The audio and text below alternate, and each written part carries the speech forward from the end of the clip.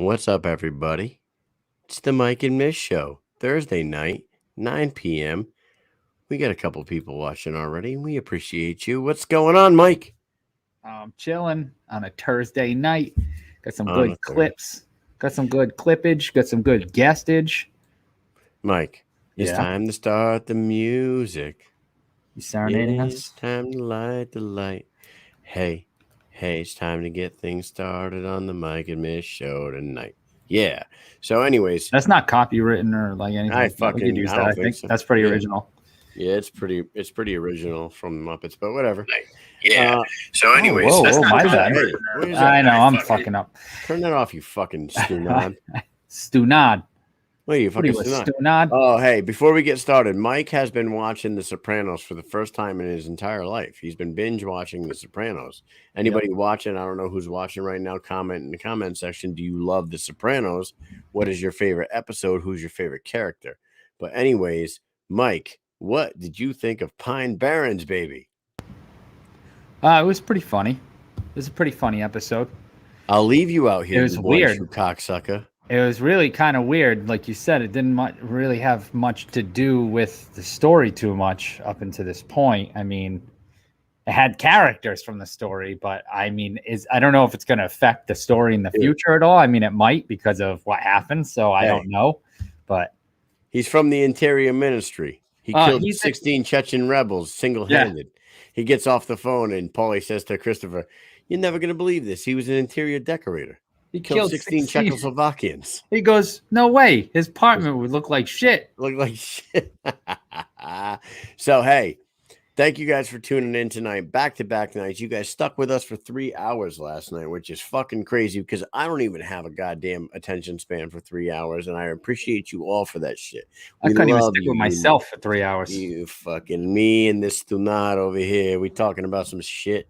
But we came off of a fucking amazing weekend. BKFC 20. Hey, and by the way, anybody who's watching right now, Planet Hank should have Josh Burns on pretty soon. If you want to ditch us and go watch Planet Hank, this is your time, because obviously he's the best show in the fucking world, you know? Anyways, I had to get that off my chest.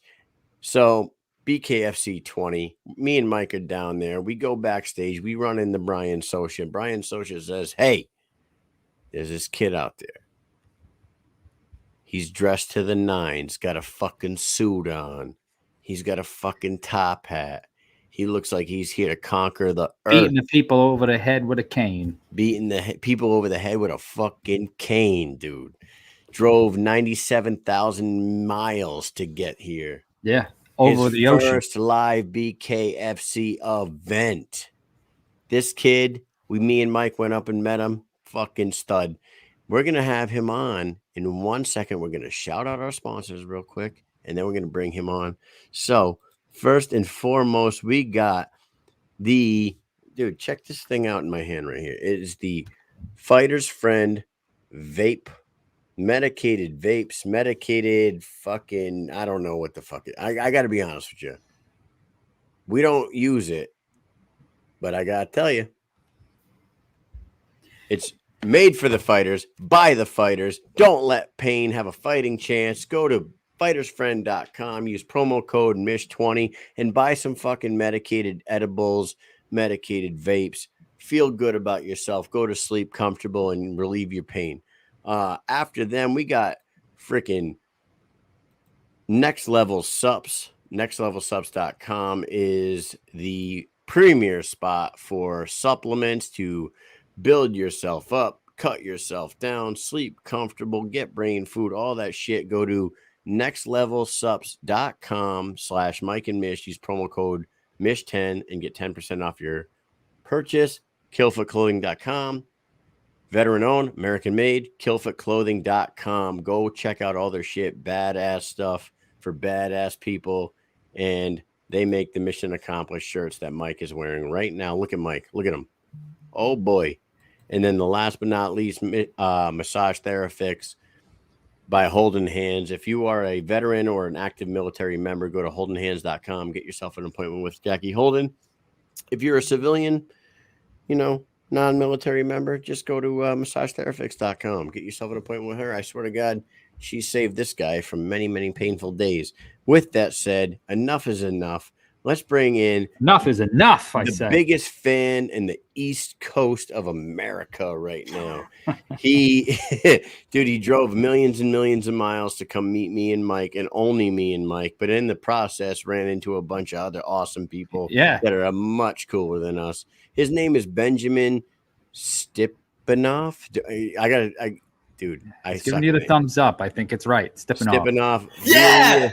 Yes. Yes, I'm so excited to be here. What's going on, Ben? Energy. How are you? I'm doing great, man.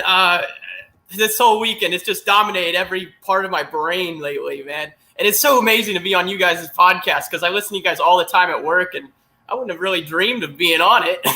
Dude, I got to tell you, man, it was really nice to meet you down there. You saw a hell of an event.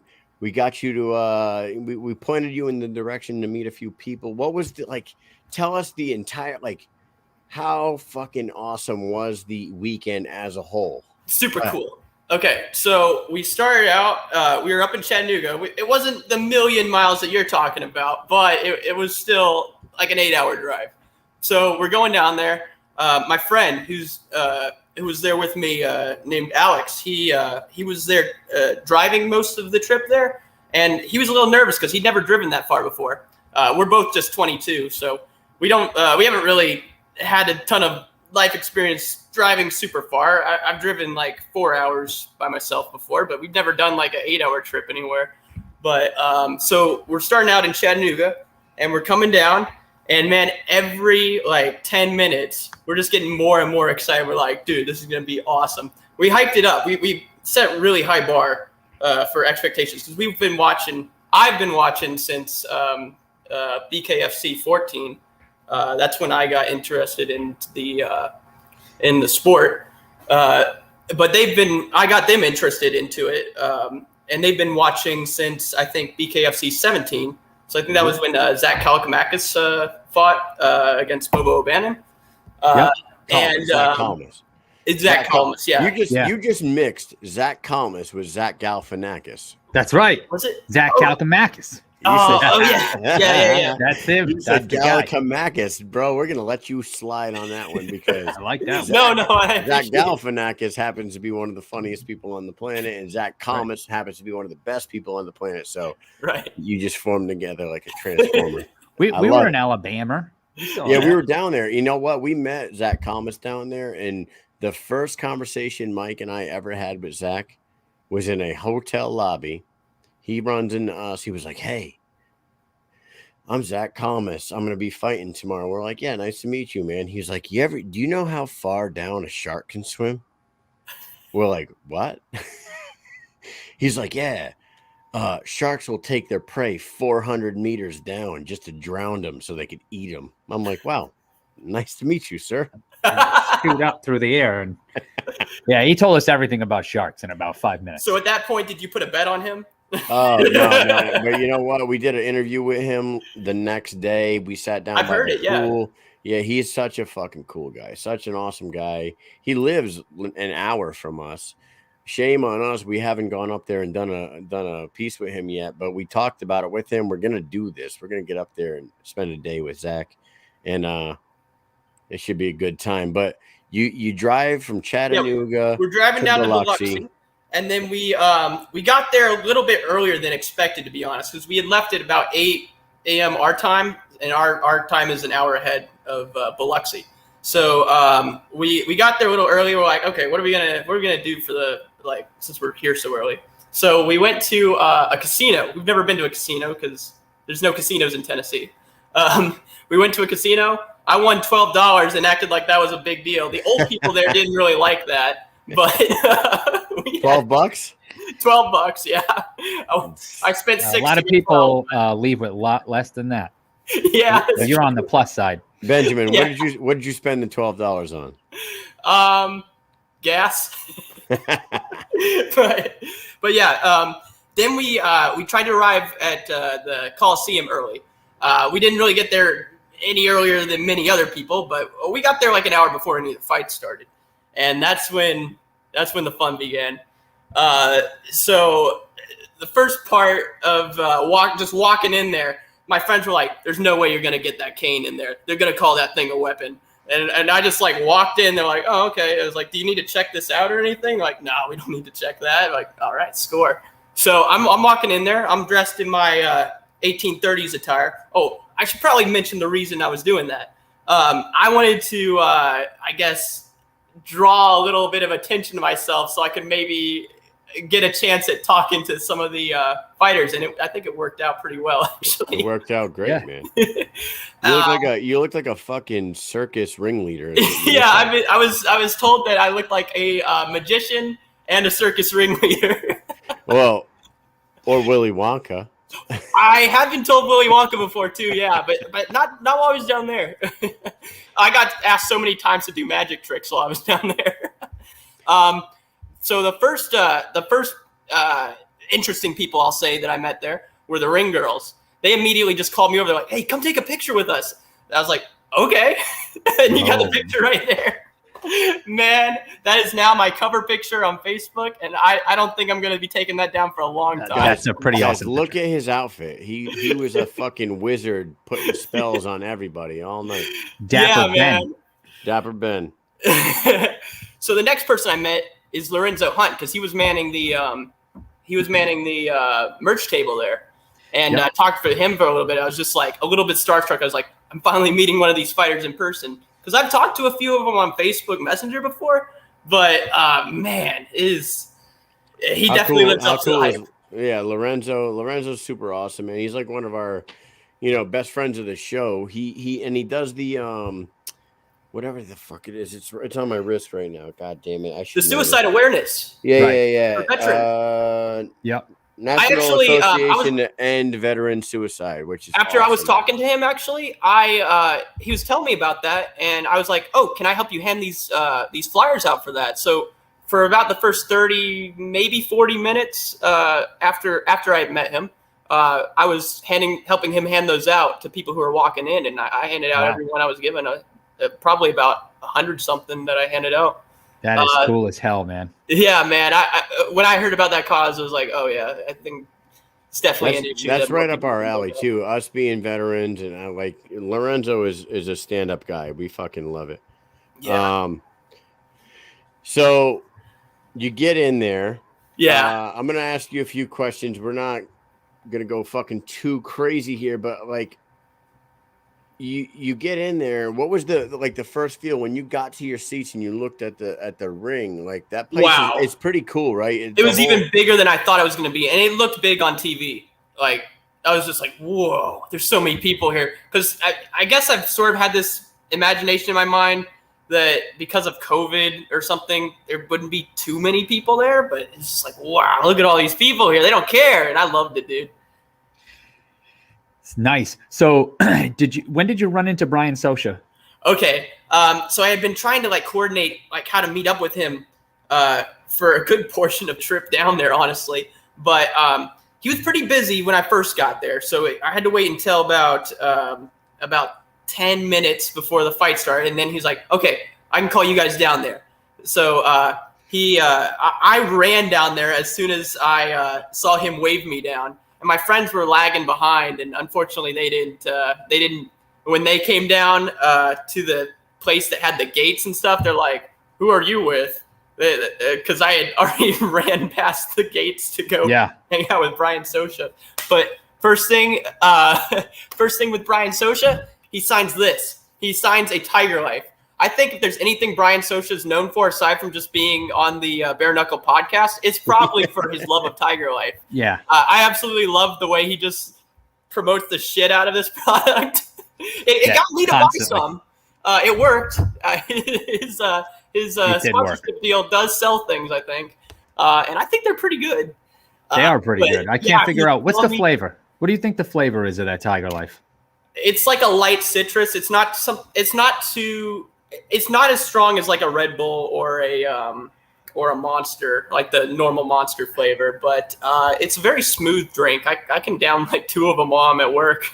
I can't figure out that. I know there's some citrus involved, but I can't figure out. I was actually talking back and forth with Big Ben today during the show, during the BKFC show. I was like, "What do you think the flavor is of that?" And he's like, "I fucking have no idea." Yeah, I've been trying to figure it out. Yeah, so I got to meet Brian Sosha, who I know maybe not a lot of people are like, oh, it's just Brian Sosha, but for me, I was like, it's Brian Sosha. It's the guy that like he's my favorite part of that bare knuckle podcast. I love his high energy and stuff. So he was a professional wrestler, you know. Yeah.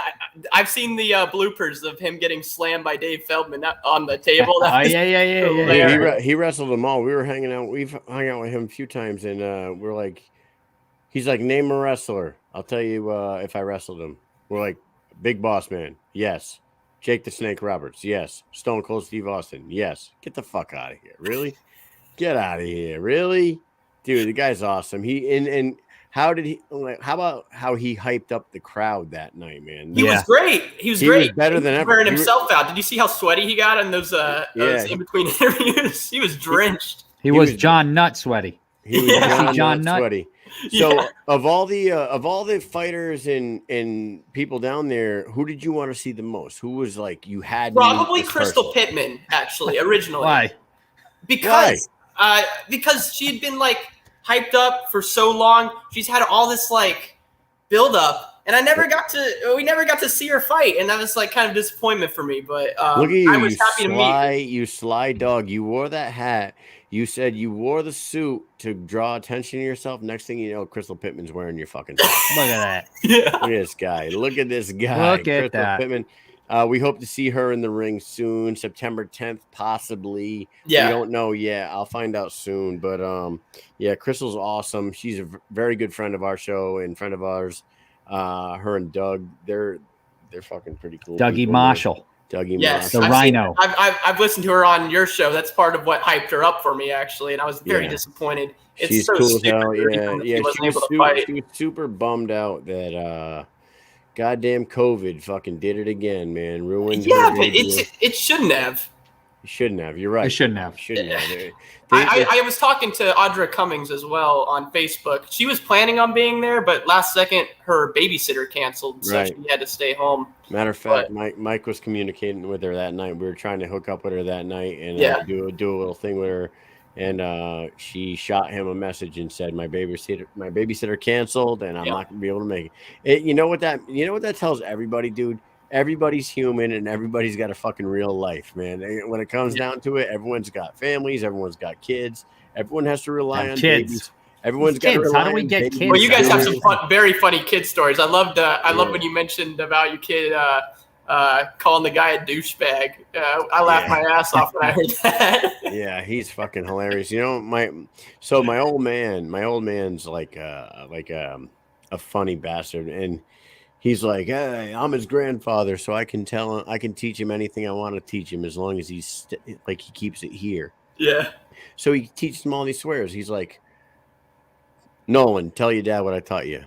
He's like, Daddy, does a wild bear shit in the woods? You bet your ass it does. And I'm like, God damn it. So I taught him one today to go tell my dad when we got there. I shit you not. He's like, what's that mean? I said, I shit you not means I'm telling you the truth, man. I'm not bullshitting you. Yeah. So he gets there and he's like, Pepe, I saw a pig on the side of the road on the way up here. And my dad's like, you did? He goes, yeah, I shit you not. You teach him right, man. Yeah, man. Yeah. So then you the next fighter I would say that I was the second most excited to meet was Brito, because Brito is one of those people that got me into the sport to begin with. When I saw probably him and David Diaz were the two fighters that I was like most interested in, like possibly meeting one day to begin with. Because when I first saw Brito fight, was that BKFC 17 or 18?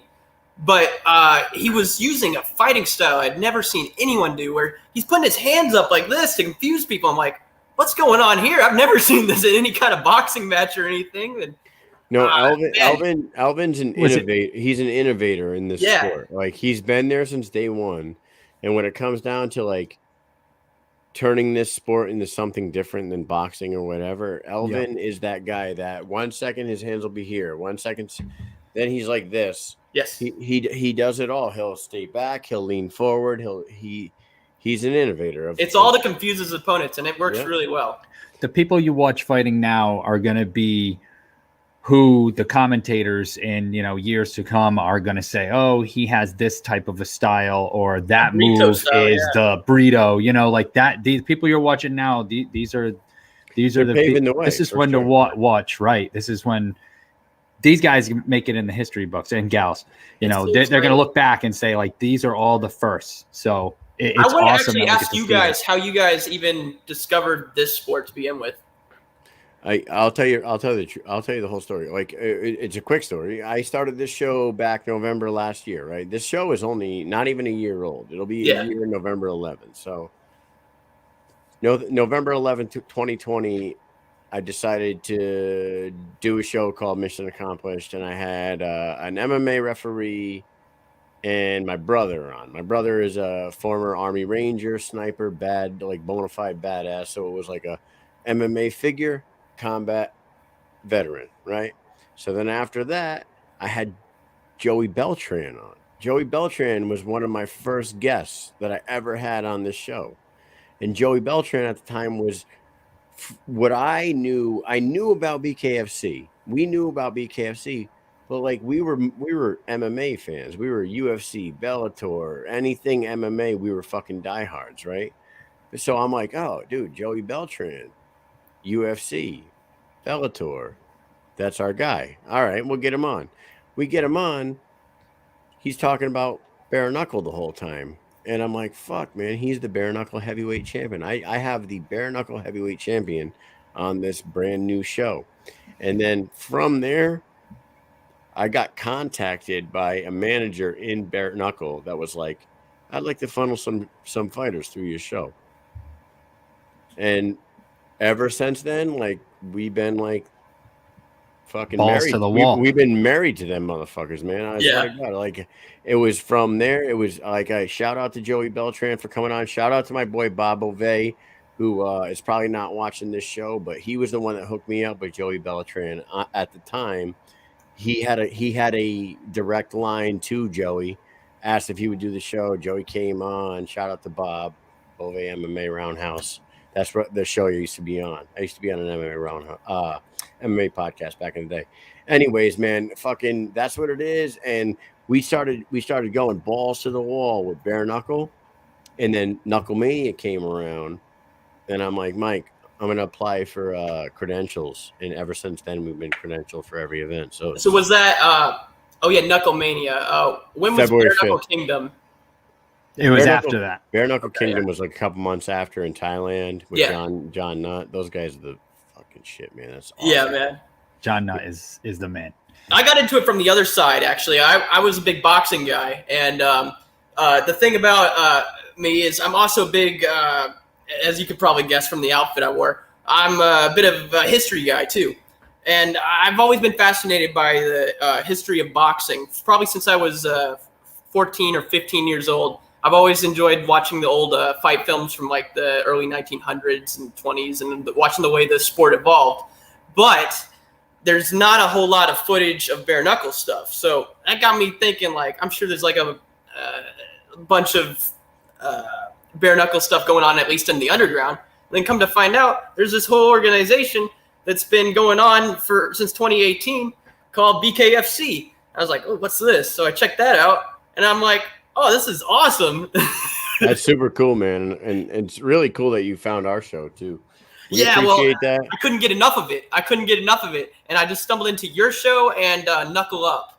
After I found the official BKFC podcast first, but yours was the next one I found, and then I found Knuckle Up, and I love all three of them. Awesome. It's a small, tight-knit community, and there's just, a few podcasts that cover it. Yeah. There's not hundreds and hundreds of fighters who fight. There's kind of starting to be a little more organizations like BYB, and I know another organization tried to get started up recently, and something happened.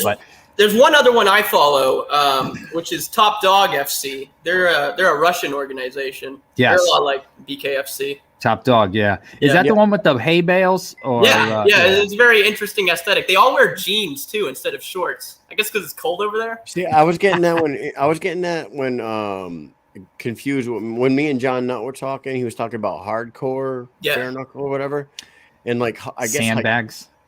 Hardcore is like what he was saying is like the movie Lionheart. Oh yeah, where only the most like elite of elite tuxedo. There's a dress code in the crowd. There's a very small crowd, and they come into like a small little venue with like a bagged off ring, and then two guys fight in front of this like fucking elite crowd. I'm like, man, that sounds like some fucking movie shit, and it does. I've like never this, even heard my of friend. This there it is. There it is. Oh, wait, no, I did see Bring this. it, Mikey. I saw this. This is the one where they had the big guy go up against the little guy, right? Yeah, they wear suits. That was and shit. insane. The guy, Mike, the guy on the left, is that not the dude that's in the slap fights all the time? Isn't that? I have no idea. That looks like him. That He looks might like be. Vasily or whatever his name is. Vasily. Actually, you're right, because that is who it is. It's Vasily. who it is. I remember the name of where I got that picture from. Yep. Yeah, Vasily. He's like a world champion slap fighter. He's a big ass dude, man. I'm gonna be slapped by that fucking guy. Let's ask Benjamin a few questions real quick about the fights that night. Sure. John Lee Chalbeck versus Adam Pellerano. Who did you have winning that fight? Go ahead. Well, I would say Chalbeck. I had winning the fight for most of it, but I understand why people would think otherwise as well. At the end of the day, it just comes down to what the judges say, unfortunately. And a lot of the times, there's been a lot of disappointing results that I've seen from BKFC. I have to admit, there was no shortage of controversy in BKFC 20, but I would say there was a little bit less than most of the events I've seen. All right, how about Elvin Brito, Julio Garcia? I had Brito winning. Brito's in. But I didn't think he was gonna win going into it. Oh my God, Elvin's watching right now. Benjamin didn't think he was gonna win. Elvin should know that I did bet on him and I made some money on his fight. So I didn't necessarily think he was gonna win, but I was really happy he did win. All right, Johnny Bedford. Look at you and Elvin. It was such a treat to meet that guy. That guy is awesome. He surpassed every expectation I had of him. He has this persona in the ring, which I know it's like a show. A lot of people do this, where he's going for this like crazy guy. Look, he's like the nicest guy ever. And you're wearing his medal in that picture? Yeah, he put his medal around my neck. Super I was like, fucking oh my cool, God. dude. How cool is that? I mean, what other sport are you gonna go to a live event like that and then get to fucking meet all these? Dude, fighters? he also signed my my boxing hand wraps. I don't know if you can. Nice. It was awesome, dude. Very cool. I'm gonna wear this when I start competing in the amateurs later. That's awesome, man. So the first time me and Mike met Elvin was down in Tampa or Orlando. It was in Orlando, yeah, in at Orlando, the hotel. At the hotel. So we sit down with Elvin at this table, and no bullshit, we shoot the shit with this guy for 45 minutes to an hour, just talking about everything, fighting, you name it. We were talking about it, and then I after 45 minutes to an hour, me or Mike are like, yeah, we got a show called Mission Accomplished. If you ever want to come on the show, this guy goes, you got a fucking show? He's like, why hadn't you just set up a camera and just record this entire conversation? This would have been fucking beautiful. And we're like, God damn it, man. Yeah. We didn't know you were like that. Right. We didn't know where to cross boundaries. You know, people are in their hotel or hanging out outside. We don't know, at that point, we don't know anybody. We don't want to come in with a camera and people get these fucking guys out of here right now. And never let them back. When you talk to Brito, you come to know that this guy loves his fans. He has so much respect for his fans. He talks so highly of his fans. He was telling me that he's even willing to do the smallest of podcasts. The big one, he'll do any of the big ones, but he'll also do the smaller ones. He told me that he had some people from the Philippines that are doing some podcasts, and he's been on them. And I was thinking, or maybe it was Puerto Rico. I might be mistaken, but I was like, oh, that's super cool, man. So I want to eventually. My friend Alex and I that went down to the fight with me. we're actually going to be starting our podcast. We're going to film our first episode of it this Saturday. And what's it going to be called? Eventually we want to have him on there. What's it going to be called? Bare Knuckle Boys.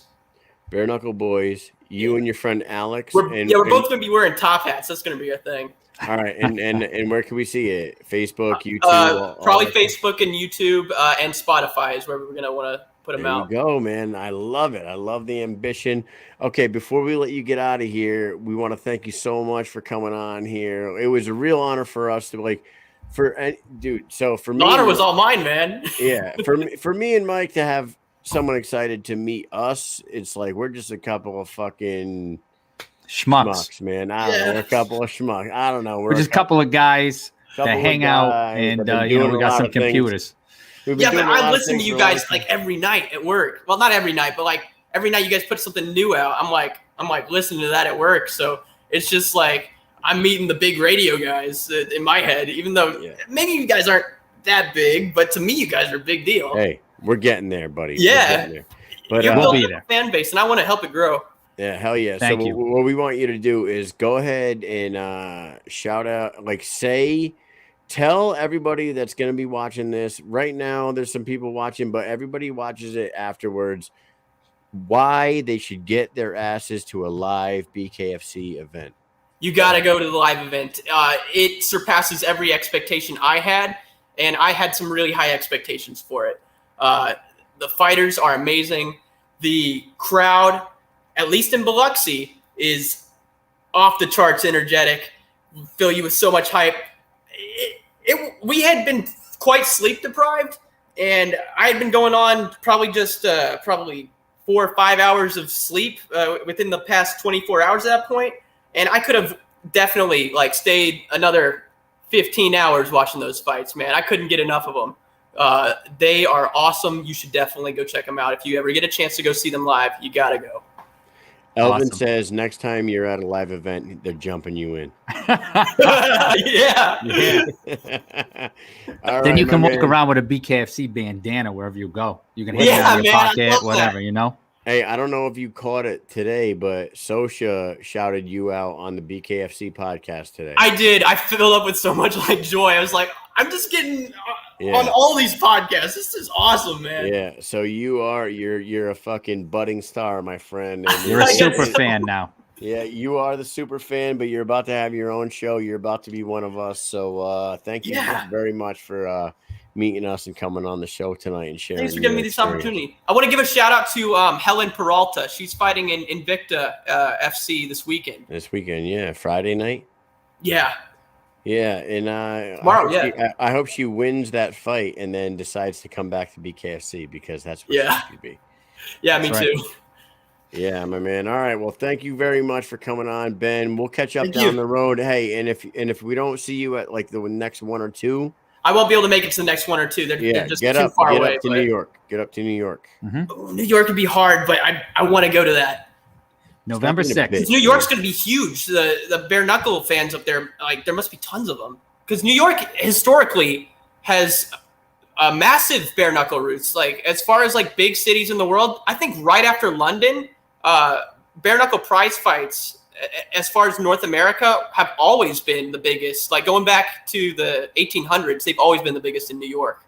This kid knows his shit. Yep. And the Hall of Fame's right there. And that event is going to be about 45-minute drive to the Hall of Fame. So that's right. Yeah, the Hall of Fame. I love that they give out Bowie knives up there. That's the coolest shit, man. All right, my man. Brother. Hey, you get to lead off the show and bring on the probably the performance of the night winner. Mr. Kaleb Harris is going to be following you up. So Kaleb Harris? Yeah, yes. You want me to bring him on? We wanted to meet him so bad. We didn't find him after the fight. Want me to bring him on? You can say what's up. Hey, say what's up to Kaleb. Yo, Harris. What's going on, guys? Mr. Harris, this is Benjamin Stipanov, and he's a super fan for BKFC. Harris, I really wanted to meet you after the fight. I'm so thrilled to be here with you. Man, look, anytime you're in Biloxi or at any show that I'm fighting on, just come find me, man. If you see me walking by, just stop and say, hey, man, that's what everybody else does. All right, man. All right, Benjamin, thank you for coming on the show tonight, sharing your experience at BKFC 20, and we'll have you back at some point. And you better invite us on your goddamn show. He's about Caleb, he's about to start a podcast this Sunday. So yeah, Saturday we're filming it, and hopefully we'll have it uploaded by Sunday. Yeah. Awesome, man. Awesome. Well, good luck on your endeavors. All right, man. Take it easy, man. Dude. All right. See ya. All right. Well, hey. Usually I introduce our next guest, but you know what? This was a special occasion for that fucking kid, and he's an awesome dude. Kaleb Harris, how the hell are you? You fucking showed out at BKFC 20. What's going on, man? And I'm tired. I'm tired. I've been working in the sun all day, cutting grass, and then just got done teaching my kids class and 2 adult classes, and then putting some of our guys through rounds, and just got home and ready to eat and chill with my fiance before we go to 6 a.m. jiu-jitsu class. I can't even imagine how tired you are, because I'm going to tell you, I'm tired, and all we did was walk around and talk to people and videotape them and shit. And I can't even catch up on my sleep. You mowed the lawn today. I was like, I think I got to mow this lawn today. And if you look out my window, the lawn is not mowed. So props for that. Yeah, man. You do what you got to do to make money, man.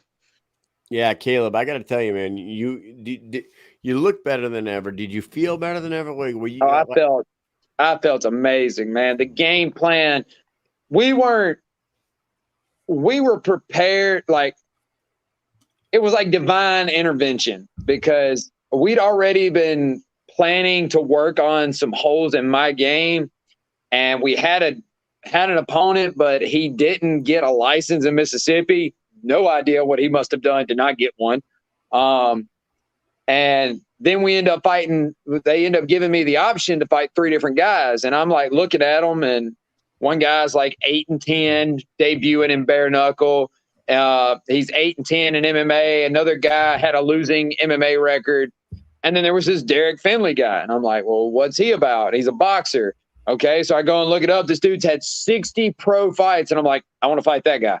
Yeah. I'm not here to pad records, man. I'm here to fight. I'm here to prove. And the only way you find out if you're ready for the next level is to step up and fight at the next level. And I just fought a guy that had 180 boxing fights in his career between amateur and pro. And I mean, y'all saw the results.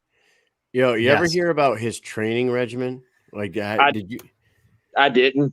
This fucking guy. So like, we interviewed him, and every time we interview anybody, we deep dive into their life, because believe it or not, Kaleb, everybody's life's on the friggin' internet. so we dive into it. That's scary. So Derek Finley spars 16 rounds every other day, has been doing it for like 15 years. That fucking, I asked him about it when he was on the show. I was like, I saw something that you spar 16 rounds every other day. He's like, yeah, I still do that. I'm like, what the fuck, dude? It's like, that's way too much. Like, god damn, I can't even imagine what kind of like damage is going on. I don't know. He went out of here. He's coming right back. He will be right back. He got in the green room. He did the same thing. When he comes back, we'll share some footage. Pull him back. Yeah. Here we go. Hey, you're back. I'm techno retarded, so no, man, you're good. You're good. Before we go on, I have some footage over here of you that we put together.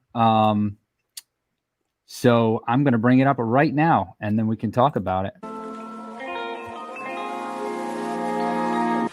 All right, y'all gotta send me this video. Yeah, we will. Absolutely. Damn, I'm ugly.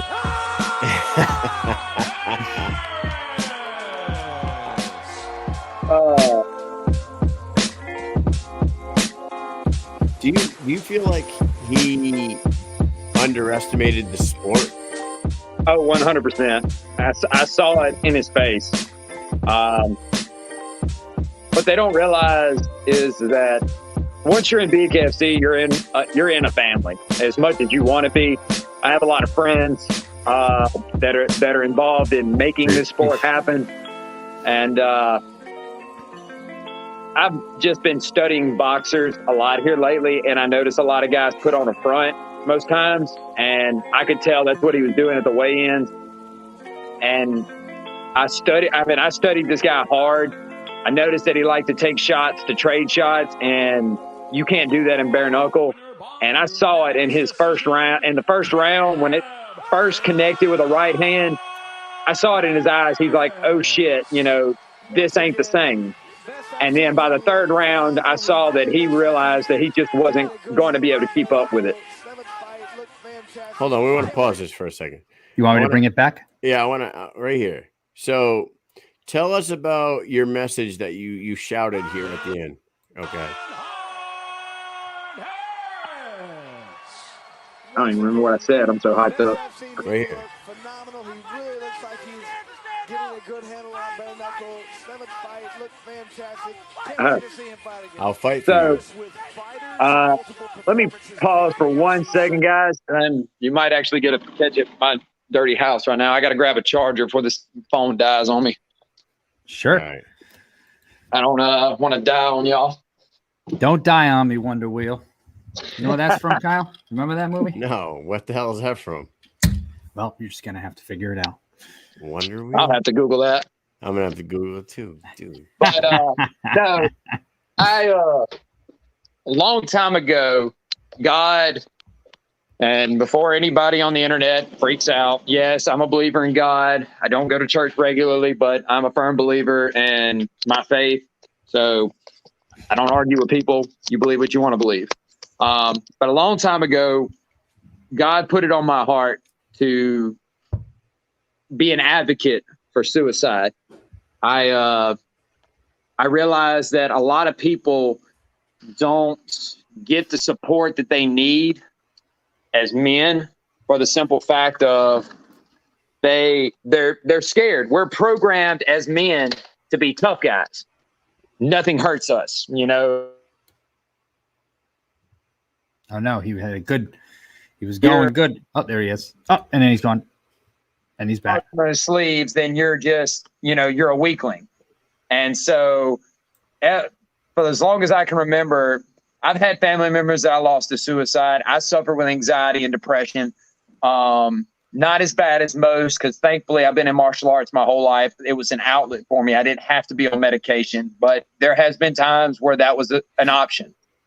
And basically, anytime I get a chance to put on a show, my flag will be with me, because I want every man, woman, and child to know that if this guy that goes out there and fights bare knuckle, like, I've proven that I'm a man. I mean, as far as the whole masculine, you got to go out there and prove it, I've proven it. And if I'm willing to stand up and say, hey, there's some nights where something in my brain's just telling me that it's off, or that I'm upset, or that I want to hurt myself, and I'm emotional, and I'm still willing to go talk about it. You're not that big of a man that you can't go talk to somebody about it. It doesn't have to be your wife. I mean, it can be whoever it is that's an outlet. Like for me, my fiance and my best friend, Dustin Apuma, who was always in my corner, they're two people that I can go to at any given point, and I can just say, hey, today's been a shit day. I don't know why, but I'm feeling off. I don't feel like I can go on today. Like I want to curl up and I want to go to sleep. And most of the time they will be the ones that will sit there and remind me of how strong I am. They will remind me, hey, you got other people watching you. And so anytime I'm up in that ring and a camera's on me, I'm going to let the world know that if I can do it, if I can get up every morning and say, you know what, I'm going to prove to the world that there's a reason to keep fighting, then anybody else can as well. Because I am not the strongest man in the world. I am not a strong man by no means. I wear my heart on my sleeve. My emotions and my heart are what drives me.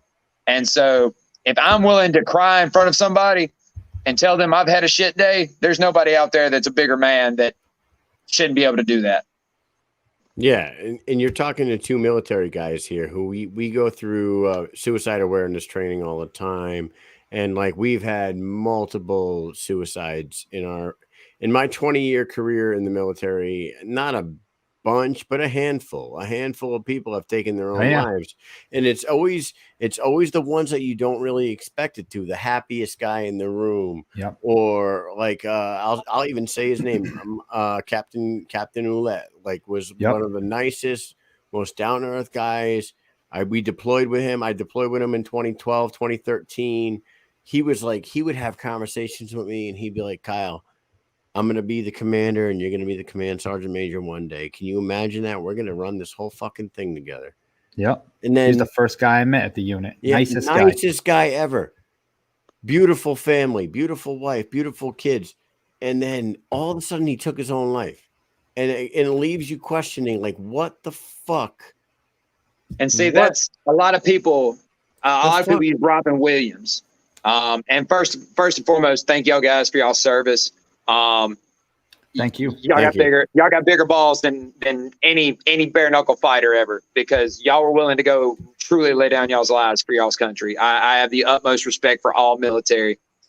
And like you were saying, a lot of times it's the guys and girls that you never expect. And the reason being is because the whole time while they're trying to make you smile, it's because they already know what it's like to feel alone. They already know what it's like to feel like nobody cares, and they don't want anybody else to feel like that. So they constantly go out of their way to make other people smile, because if I can't smile, then at least I'm going to make somebody else smile. I'm at least going to make somebody else's day better. And maybe by doing that, I'll feel like I'm worth something. Right. And fucking rough, man. Yeah. We tell everybody, man, you have resources out there. You have the resources. Say something. If you need help, say something.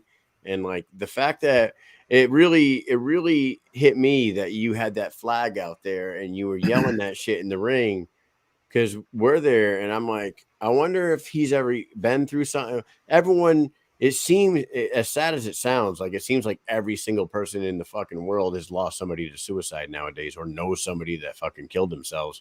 And it's such a rough thing. And it really, so thank you for doing that, dude. It's awesome. We put the crisis hotline at the bottom of our show almost every episode, if I can remember to click on it. You know what I mean? I tried to. Man, y'all do great work. And like I said, ever since I got that flag, I have nonstop. It's still got blood stains on it from when me and Jim Allers fought. And everybody's like, you don't want to get a new flag? I'm like, hell no, I don't want to get a new flag. That flag means something to me. Like, that flag right there shows that, like, I mean, this isn't some, candy coated, mission that I'm on. Like, this is stuff that a lot of people have a hard time talking about. And so when they look at my flag and they see the blood stains, they know, like, this flag has been through something. And maybe one day I'll, pass that flag on to another fighter or my kid one day if they're dealing with something. But, I've always wanted this to be about something bigger than myself. Like, yes, from the time I was a kid, I wanted to be a prize fighter. I wanted to, make it to the UFC or fight pay-per-view and live my life by fighting. But at the end of the day, I want to be something that when a kid looks at me, they say, I want to be like that guy. Not because that makes me feel better, but because I want them to see that if this geeky little nerd from Lake Mississippi can go out there and fight for his cause, then why can't I go do it? Yeah, it's truly admirable, man. Admirable. God damn it. I'm really not good at English either. But I don't feel bad. I ain't either. So you go out there, you fight, you fight for the people you fight to put this message out. But I gotta say that you fought better than ever the other night. I appreciate that. You really do. Now I gotta ask you this: Did the BKFC put out like bonuses or like performance? Do they do that kind of stuff? They say they do. I mean, I've gotten one fight of the night bonus when me and Jim Allers fought. But I haven't received anything since. Yeah. Obviously there's I'm not in the contention for anything from the other night, just simply because there was too many beautiful knockouts. One of my old opponents that I fought in MMA, Bobby Taylor. I mean, I straight up told that man, I was like, if they don't start putting you on commercials and take my ass off, then I mean, there's something wrong with them. Dude, his KO was awesome. Beautiful. Like really, really good. What's up, Jules? His KO, I told Mike this last night. Do you remember the movie Snatch? Have you ever seen it? Yes. I think I saw it a long time ago. Brad Pitt was the gypsy bare knuckle boxer, and he was fighting that big dude, and the dude hit him with this fucking uppercut, and he went flying airborne, and then he like landed in a swimming pool. Bam Bam Rogers looked like Brad Pitt in Snatch. I'm going to go ahead and tell y'all right now, there probably ain't a harder hitter at 155 than Bobby Taylor. Like that man hits hard. I had several bruised ribs for a while after me and him fought. No, he's a solid dude, man. He's and you know what? To his age, like this guy's just gonna keep on going. At his age, I'm like, man, it's time to retire, but he's ready to go. We were talking about him fighting Chad Mendes. Welcome Chad Mendes to how cool that would be. That would be awesome for Bobby. I truly believe that would be something that would be really good for him. It would kind of be like how I got to fight Jim Allers. He's on 3-0. I mean, if they put him up, I just hope that they pay him what that fight's worth. Doesn't that fight make like the most sense? Like you got a 3-0, 40-something-year-old dude that UFC and MMA fans pretty much don't know about, right? Like unless they're diehard, they don't know who Bobby Taylor is. So what they do is they bring in the stout little muscly UFC guy, put him in there against a relatively unknown to his fan base, who's 3-0 at 155 pounds. Everybody who's about to watch Chad Mendes make his debut be like, oh, he's going to murk this fucking old guy here. And then Bobby Taylor puts it on him. I don't know how much David Feldman likes to gamble, man. He gambled twice with Paige Van Zant. And, I mean, I don't know if they got what they wanted out of that. But, I mean, you look at Britton Hart. Nobody expected Britton Hart to go 5 rounds. I'll be the first one to admit I didn't expect it to go 5 rounds. And not only did she go 5 rounds with Paige, but, I mean, she beat her. She gave Paige the work. She beat her 4 out of 5 of those rounds. Yeah, 4 out of 5, man. And I mean, so I don't know, man. As one of the guys that's been in it for a while, I'm a little sensitive when it comes to the fact that these guys with big names are automatically getting the red carpet rolled out for them when they come in. I get why, but at the same time, it's like you've got fighters that have been fighting for you, like, I think the only person that's fought more times for them than me is Reggie. And so, I mean, and we all Lorenzo know. Too. Yeah. You and Lorenzo. But I've got a little sensitive spot when it comes to the fact that they just keep signing all these big names and then putting us fighters that are truly trying to get out there and work for them. I mean, don't get me wrong. I mean, when I show up, Bare Knuckle treats me great. It's just I wish they'd let me fight a little bit more often. Yeah. I think silver lining, though, is that the more that these big name fighters, hopefully they are actually drawing. I think they are drawing in more fans. Oh, and as they come in and they see you fight. I grew up watching that guy. Yeah. When they come in to see Chad Mendes fight, and if you're fighting and they see you put on a performance like you did, that's when now all of a sudden you got, an extra 100 fans at least, and then hopefully that's what happens and it snowballs into this gigantic organization that I believe it will become within the next 5 years. I give it like a 5-year. Also, like Britain is a star now. You know what I mean? Like Bobby Taylor. He took her opportunity and she ran with it. And I mean, like she may not have been paid sufficiently to fight Paige Van Zant, that night because Paige was making $400,000 fucking dollars that night or whatever it was. Right. And Britain might have been making 10 or 15. I don't know. I don't know the numbers, so I'm just speculating. I know what Paige made that night because they made it known. She was making 400 in her first fight and then like 200 in her next 3. So for Britain Hart to go in there and get paid like donuts to dollars, it does suck at the moment, but Britain Hart is a star now. Like a lot of people, she was on MMAfighting.com. She was on fucking like Ariel Hawani's show and like all these different shows that bare knuckle fighters would not have ever been on. They got on. So as far as like the money, yeah, it might suck. But if Bobby Taylor fights Chad Mendez and he puts it on him like he did it to Bam Bam Rogers, the whole combat sports world is like, who is this guy Bobby Taylor that just fucking Oh yeah. Yeah, you know what I mean? Like that's what it comes down to. It's like So what's next for you? What are you looking to do next, huh? Who's in your sights?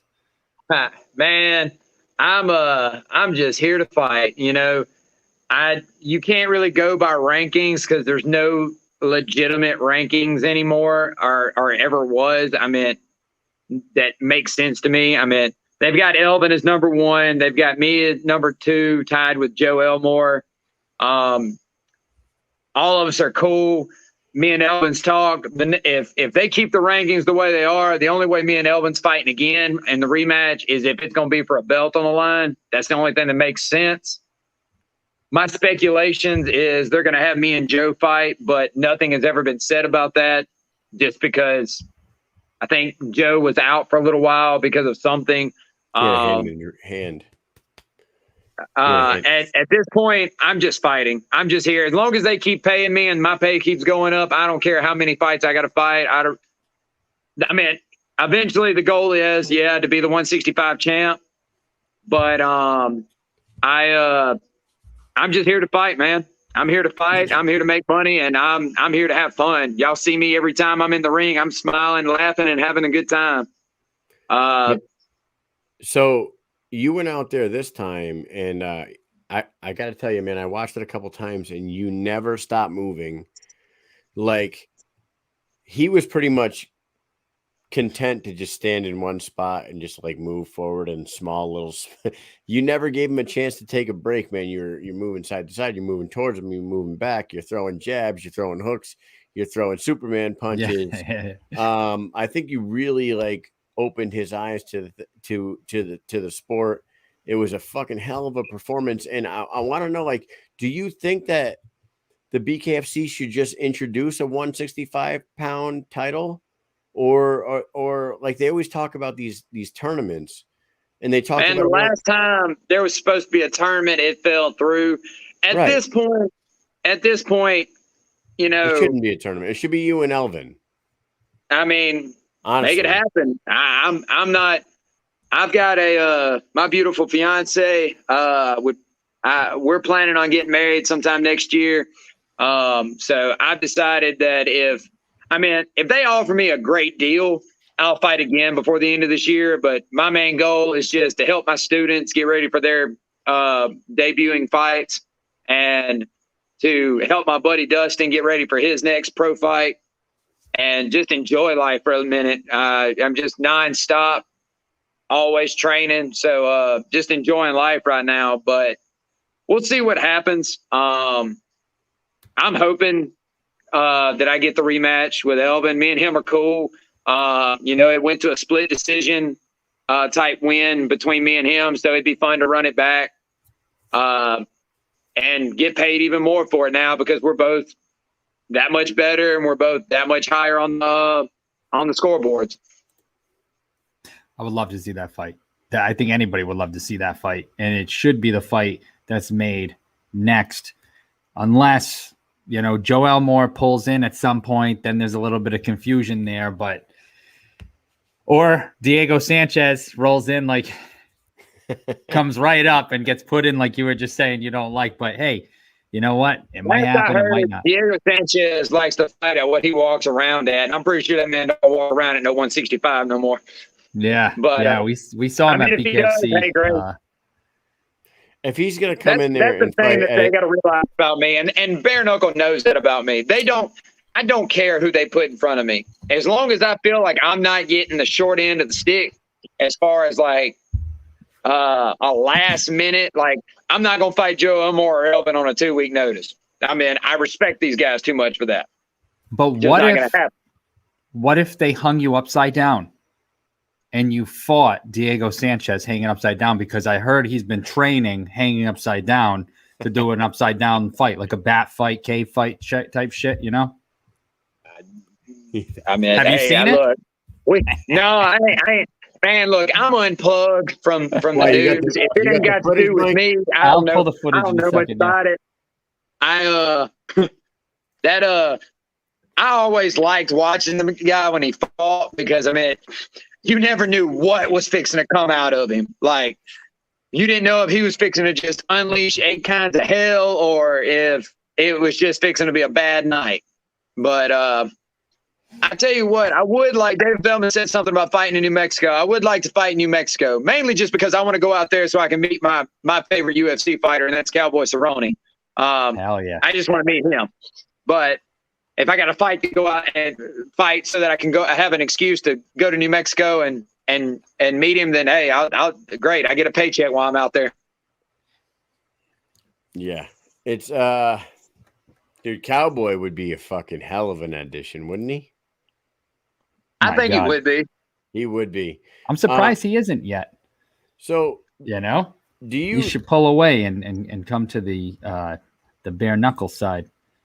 It's a possibility. I'm sure he's thought about it. I mean, him and Leonard Garcia are boys, and so I mean, I'm sure him and Leonard have talked about it at least. They definitely have. I know for a fact that they have. But I think Cowboy has one more fight on his UFC contract, but the Chad Mendez signing with BKFC will tell you that the UFC is lenient about like letting somebody go off and do some things.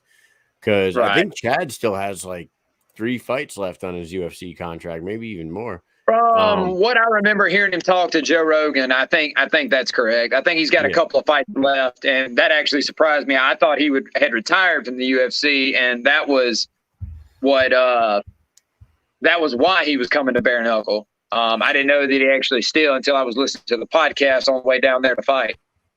You know what would be really fucking cool is Diego Sanchez. Diego Sanchez was supposed to fight Cowboy in his final UFC fight, and it never happened.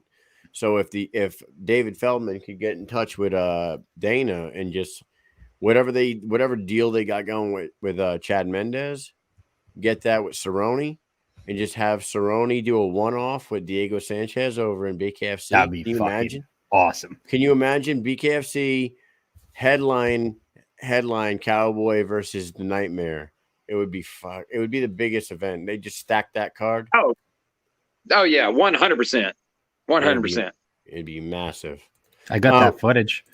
Yeah, go ahead. Show him. Watch this shit, Caleb. Watch this. That's Diego hanging upside down, and that's his crazy ass ex-coach Joshua Fabia that basically ruined his career in the UFC. He would hang him by his legs and beat the shit out of him. I mean, that's some serious mental training. Yeah, like mental case. It's really wild shit, man. I mean, I've done some weird things to train, but that's more like diving off into a bathtub full of ice water to recover and do mental training. But I've never had my coach has never tried to hang me upside down, and I'm pretty sure I'd probably tell him to go off himself if that was the case. Because nah, I'm not. You're not hanging me upside down and punching me. No, dude, it's a crazy.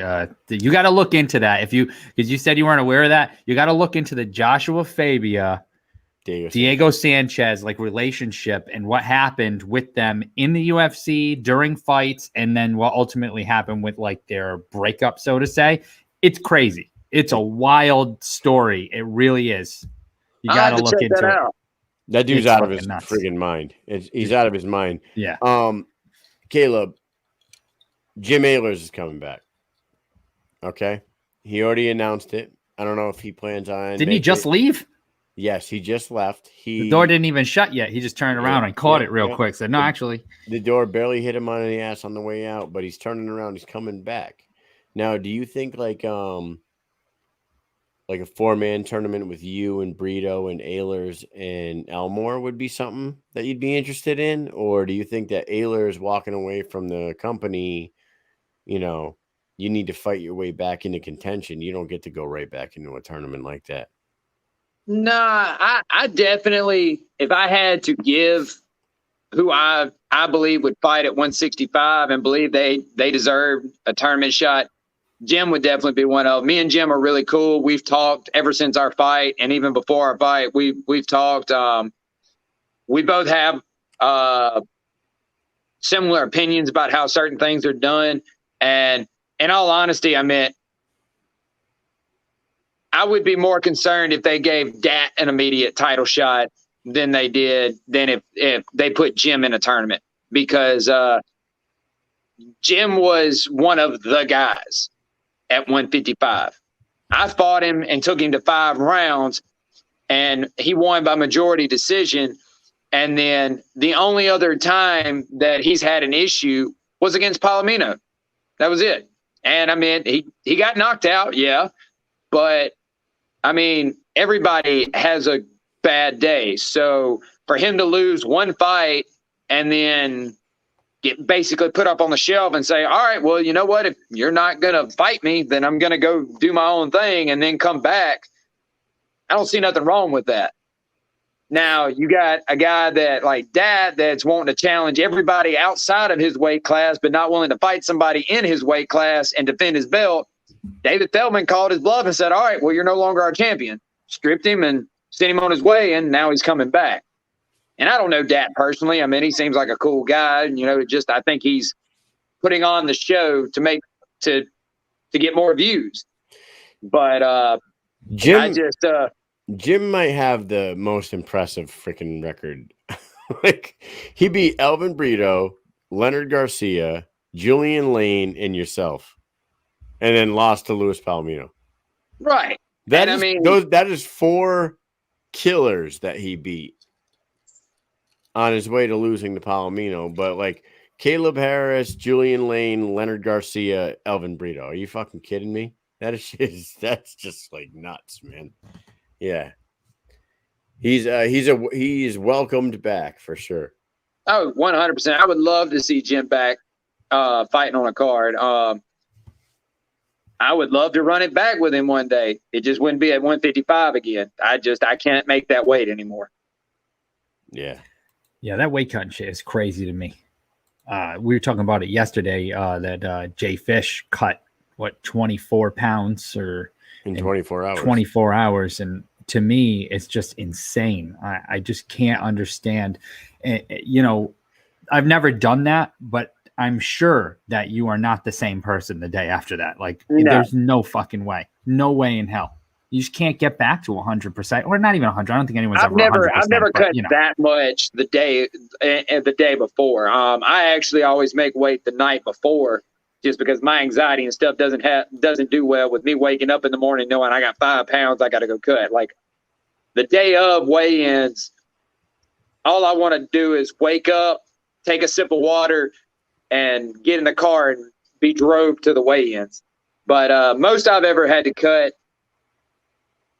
I did it very badly, and I lost the fight as an amateur. I cut 12 pounds in 24 hours, and that was due to some Epsom salt tricks that I never want to do again. But ever since then, I used to, when I fought MMA, in 8 weeks, I would go from 185 pounds to 153 pounds. And for Jim Ehlers, I hadn't fought at 155 in over a year. And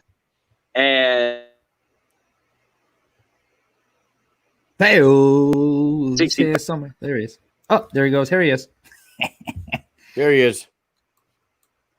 You fell off for a second, Caleb. Yeah. No, man, I don't know. That's It's cool, man.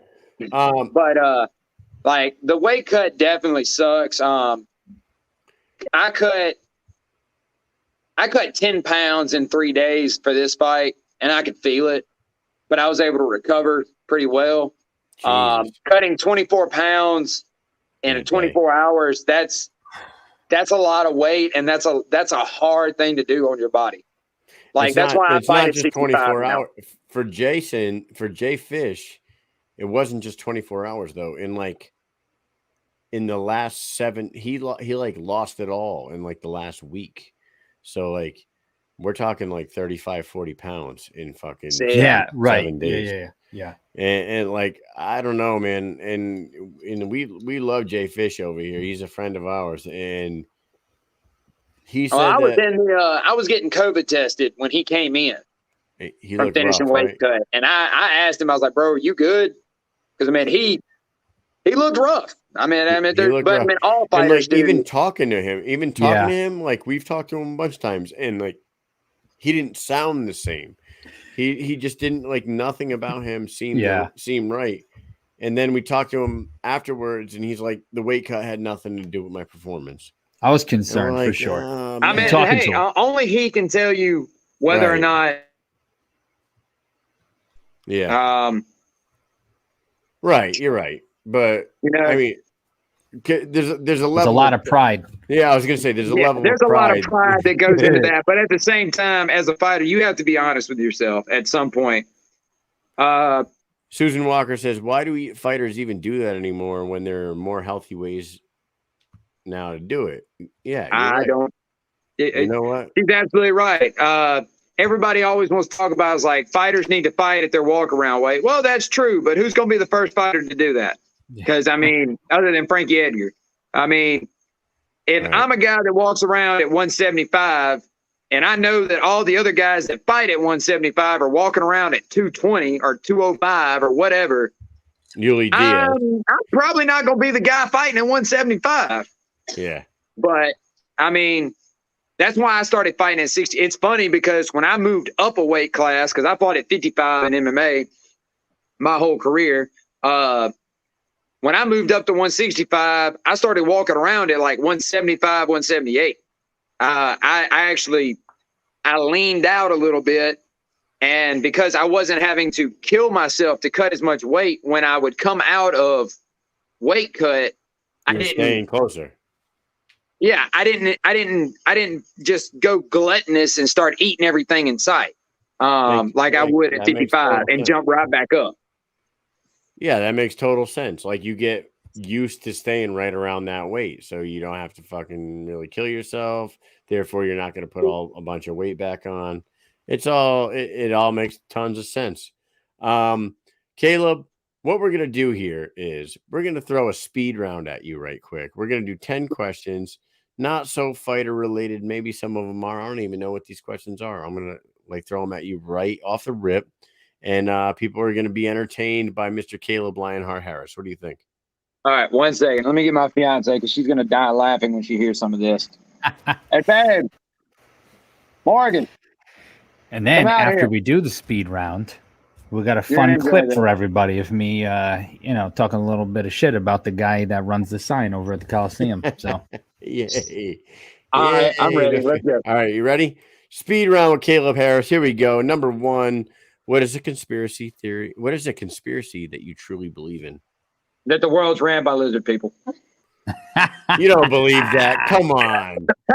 You really believe it? I do believe it. I do. I don't have a specific one. I do believe that the government doesn't tell us a lot of things that are going on. I'm a comic book nerd, so the whole, Captain America super soldier serum being tested on people unknowingly, I do believe some stuff like that has happened before with our government. But as far as like any one specific conspiracy theory, I don't believe anyone 100%. I believe there's truth analyzed in it. But I always, if somebody asks me that question, I talk about the lizard people because I think that's just funny. Mike. It could be lizard people. I don't freaking know. He looked at me and was like, that super serum is true. Yeah, that's 100%. That's Right. 100%. Yeah, look at this guy. Look at this guy. All right. Go All ahead, right. Mike. Number 2, what's something that pissed you off today? Today, Today. but well, let me rephrase that. Look at Vince Anderson. Look at this guy. Wow, the nerve. The Ben doesn't need to nerve. talk till he comes back in the gym. Oh, He's over shit. here. He's over here marketing and advertising all these other fighters, and I ain't seen one post about Lionheart. So yeah, Vince Anderson. There you go. That's what I'm mad about today. You ain't posted about me yet. Shots fired. Vince Anderson is what he's pissed off about today. I love it. There you go. Look Number at that. 3. It happened during the question. I mean, come on. What is the last TV series that you binge watched? Ooh, Hunter and Supernatural. What's Hunter? What's that? It's an anime. So Hunter there you versus go, Hunter? internet. That I'm an thing? internet anime nerd. Is it Hunter versus Hunter or It's just called Hunter. Hunter? I mean, Hunter? I don't even get me trying to explain it to you because I'm think it's confused at this point. You know what I started a couple days ago? I'm a couple episodes in, and Mike will be very proud of me. The Handmaid's Tale. Oh, I've heard that's good. I've Yes. heard that's good. It is Dude. some wild, crazy stuff. hey, I'm it telling gets you. crazier and better. It's fucking awesome. I'm telling you, if you like dystopian, fucking crazy religious group taking over type shit, it's awesome. I'm telling you. You sure you're not just watching the news? Yeah, that's what it is. Susan Walker telling you. says so fucking good. We are gotta there. tell you, I think I'm 3 episodes in, maybe 3 or 4, but it is really We're heading good. there. It's wild right now. Number 4, Mike. What is something that you love that most people hate? You know, like the smell of farts or something. I don't know. Oh, hedge trimming. Hedge trimming. I actually enjoy, like, instead of, whereas most people just cut grass and weed eat, they don't really like doing a lot of the hedge trimming and stuff. I'm actually one of those that You shape them. I actually enjoy trimming hedges. Hey, you're talking to a guy right here. I refuse to buy an electric hedge trimmer because I'm like, I can't get the hedges the way I use a regular manual hedge trimmer, man. I don't fucking use that electric shit. You just outworking yourself. Nah, I like to get in there and I like to get nice. Talking about like just rounding them things out. Walt Disney's gonna hire me one day. I don't use that shit. I get out there and I get real nice. I get Edward Scissorhands with that shit. Bring me around during Christmas and I'll make you some crazy ass fucking Santa Claus bush. You get Edward Scissorhands. Mikey never ceases to amaze me. If you could have only one food and beverage combo for a year, what would it be? Steak and Mountain Dew, baby. Nice. You know what? Yeah. That's pretty. You get your protein, you get your sugar. I mean, there you come go. on. Mike. That's all you need. Sugar, carbs, protein, that's all you need. That's it. I gotta ask you, I Mike, put that in my car to make it run. Mike, you wrote this question. I did. So when you say one food, is it just one food? One food item. Oh God! One food and beverage combo. I was gonna say, if I can get bacon and eggs and an orange juice. No, that's 2 food. Dude, steak and Mountain Dew is okay. You son of a bitch. All right, Mike. All right, here we go. Number 6. Let's go. Favorite comedy movie of all time. Oh, Happy Gilmore. Oh, Yes. Happy Gilmore. God, I love that movie. Holy shit. Why don't I go eat some hay? I can lay by the bay and make things out of clay. I just may. Just What do may. you say? You I eat played- pieces of shit for breakfast? I eat pieces of shit like you for breakfast. Ew, gross. You eat pieces of shit. So I showed that movie to my kids, right? And this was like 3 years ago. So my 10-year-old was 7 and my 6-year-old was 3.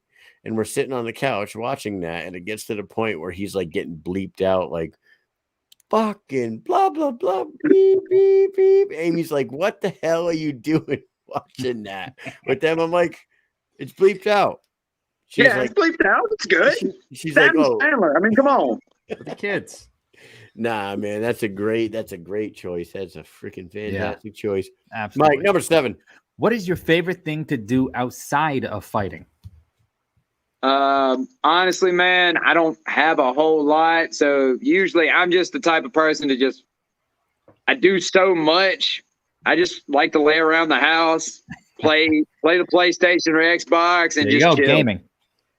gaming. That's what you like to do, gaming. I love gaming. I just can't freaking do it lately because there's these little creatures. They run around my house. I don't know how they got here. They have long hair. I always have to give them bats. I had to fill up a pool earlier for them so they can play outside.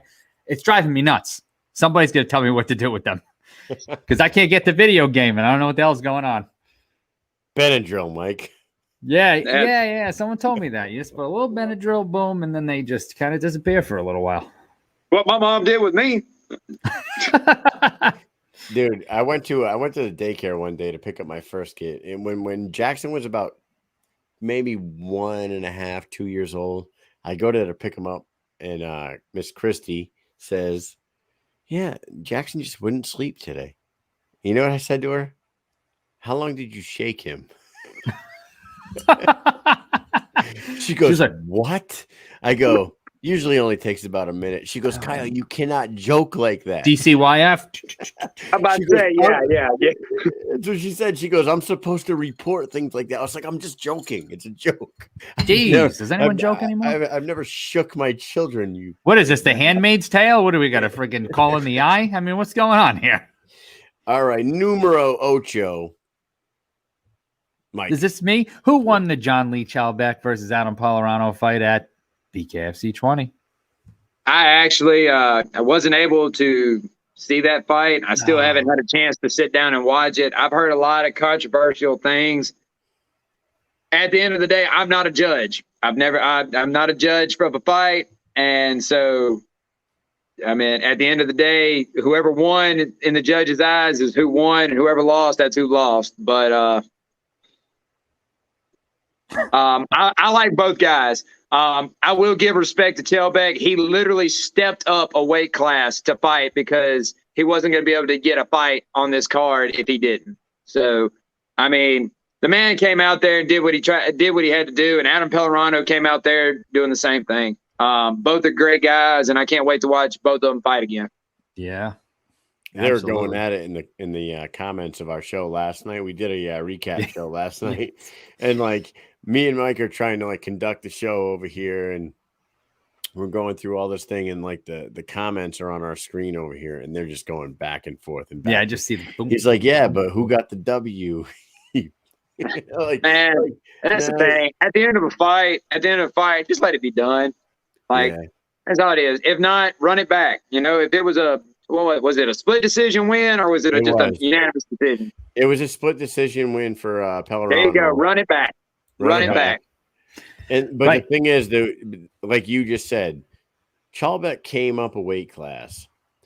Chalbeck weighed in at 153 pounds in a 155-pound division. And then the day of the fight, he weighed 151 pounds. Yeah, we were eating breakfast at the hotel. Chalbeck lost 2 pounds from weigh-ins to fight.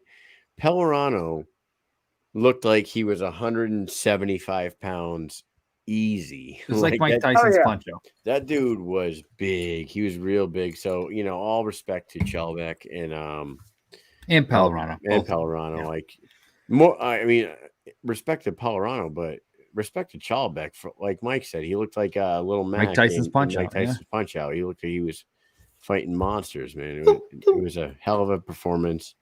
Giant versus little guy. Here we go. Number 9. Tell us a crazy story from when you were in high school. Oh, God. That's been 10 years ago, man. Shit. Get a good one. You know, fish around for that good story, you know. Let's see. From high school. One of the stupidest things I ever done trying to be a cool kid was I was a freshman in high school. And my cousin, who I looked up to like he was the coolest person in the world, him and his friends were all on the football team, and I got on the football team. I had never played football before 9th grade. I didn't even know the name of all the positions. But they're all out there laughing and joking. We had this right outside the back of the locker rooms. There was this about, 10, 15-foot steep hill. And they were all just laughing and joking. And they're like, well, let's get one of the freshmen. And they like go, Caleb. let us fireman kick you down this hill. I was like, all right, can I wear my pads? And they're like, yeah. I'm like, all right, cool, whatever. So I'm literally the dumbass that stands there and lets him front kick me, just full on like a policeman kicking down a door, kicks me in the chest. I fly halfway down the hill, land on my back, literally flip over, my heels, my cleats stab into the ground. So I basically stand perfectly back up straight and then fall again.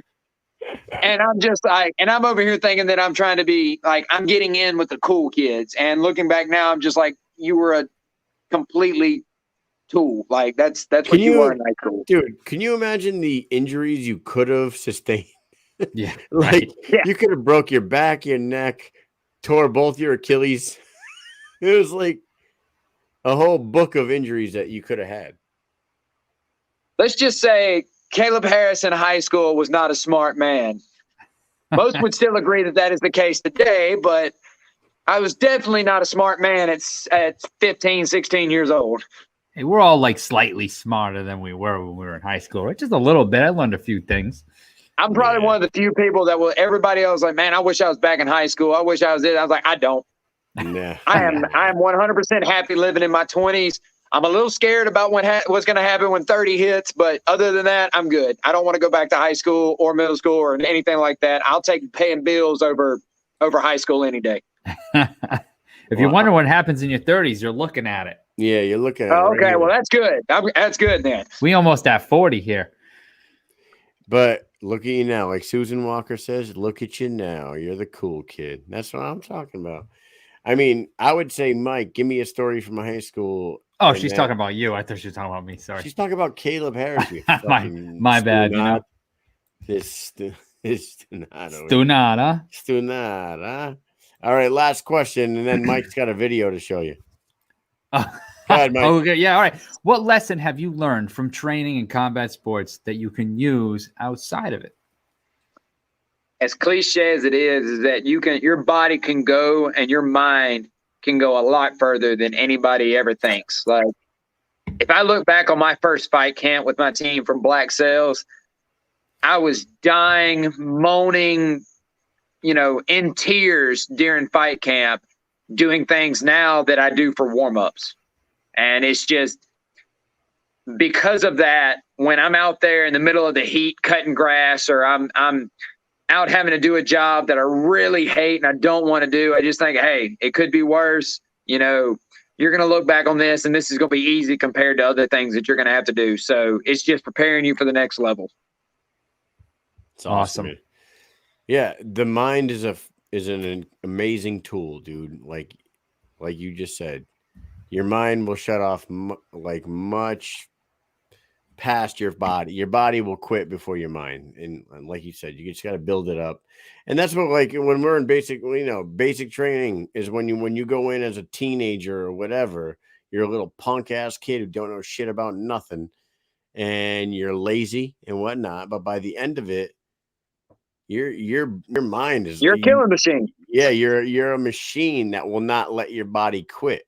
And that's what it comes to. Like the last time I competed in anything combat sports related was high school wrestling, but I wrestled in high school, and like we had a really competitive school team. We were, we had guys going to the nationals and stuff. Like we were very, very competitive, and our coach used to smoke us 3 hours a day with the heat all the way up, puking in the garbage cans every day. And when I first joined that team, I was like, "What the thought you were gonna die? Like, what the hell did I get myself into?" And to be honest with you, when I went to basic training, I told all them guys, man, I was like, "This ain't shit, man. You should see my high school wrestling practices."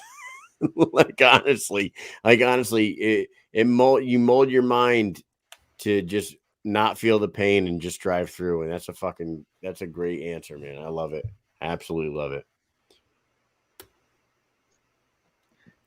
Awesome, man. Awesome. So that's the end of the speed round. And as Kyle said, there is a video that we're going to share. Here's a bonus. Here we go. I was going to share it when you got off, but we'll just share it now so you can watch it with us. No, he can laugh and then he can go. So we are down in Biloxi, right? and Kyle likes to roll film. He likes to record when we're driving around because for whatever reason, we get together, we get a little bit silly. And we were driving by the Coliseum where the fights were. And I don't know if you noticed this, Caleb, but did you see the sign? It's got a big digital sign on it, right? And it was scrolling through the different things that were going to be in the Coliseum, in the next week or month or whatever. And as we're driving by, we're like, well, where the hell's the BKFC 20? It's tonight. Where the hell is it? And all of a sudden, it comes up like I'm talking about a split, not even a second, a split second. It's like, boom, like a flash. Boom, you could see it. For once I said, what the fuck is that? So I started going off in the car about it, and here it is. Here it is. This is great. You would think that they would be advertising this shit on like a billboard around here or something, Maybe at the Coliseum, but it has a gigantic sign that doesn't say anything about what's happening tonight. Because it's run by a fucking stunad. Fucking stunad. I'll fucking give him one of these. You want one of these? You forgot to put the BKFC 20 fucking thing on the sign, you freaking stunad. I'll give you a fucking slap across the mouth. You like that? And now you're fired. And go find something to do. Or fucking go sell gabagool son at the fucking deli, you piece of shit.